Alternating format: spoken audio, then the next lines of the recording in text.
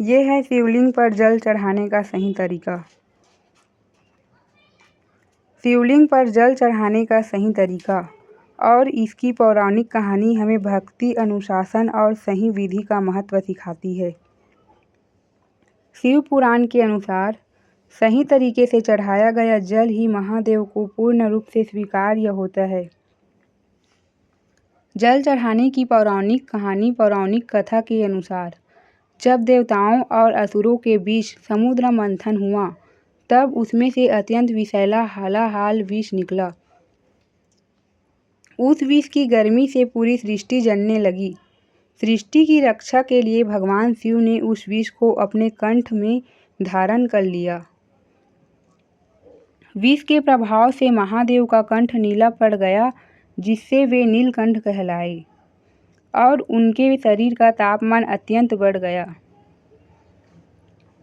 महादेव के शरीर की तपन और दाह को शांत करने के लिए सभी देवी देवताओं ने उन पर शीतल जल और गंगा जल अर्पित करना शुरू किया।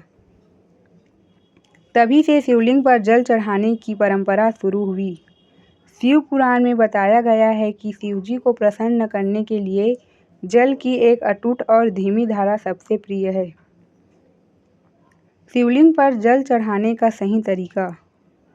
शिवलिंग में केवल शिवजी ही नहीं, बल्कि उनका पूरा परिवार वास करता है। इसलिए जल चढ़ाने का एक विशेष क्रम होता है। दिशा का चुनाव। जल चढ़ाते समय आपका मुख हमेशा उत्तर दिशा की ओर होना चाहिए। पूर्व दिशा की ओर भी मुख किया जा सकता है, लेकिन दक्षिण और पश्चिम दिशा की ओर मुख करके जल नहीं चढ़ाना चाहिए। बैठकर जल चढ़ाएं। शक्ति शिवलिंग पर हमेशा बैठकर ही जल अर्पित करना चाहिए। इससे जीवन में स्थिरता आती है। पात्र का चयन।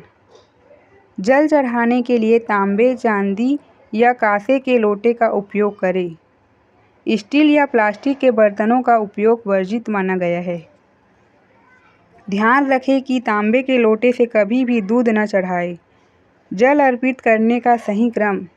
पहला भाग। सबसे पहले शिवलिंग के दाईं ओर जल चढ़ाएं, जो भगवान गणेश का स्थान है। दूसरा भाग फिर बाईं ओर जल चढ़ाएं, जो भगवान कार्तिकेय का स्थान है।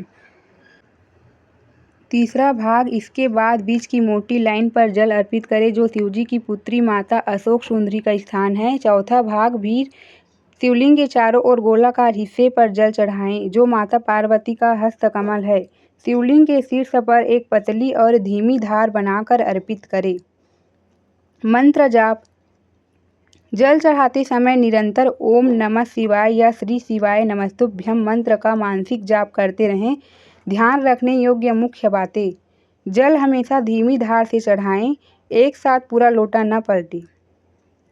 शिवलिंग से निकलने वाले पानी को कभी भी लांघना नहीं चाहिए। जल चढ़ाने के बाद उस पवित्र जल को अपनी आँखों और माथे पर लगाएं। इस विधि से की गई पूजा से महादेव अत्यंत प्रसन्न होते हैं और भक्त की सभी मनोकामनाएं पूरी करते हैं। यदि आप शिव पूजा की अन्य सामग्रियों को चढ़ाने का सही नियम जानना चाहते हैं, तो मुझे ज़रूर बताएं।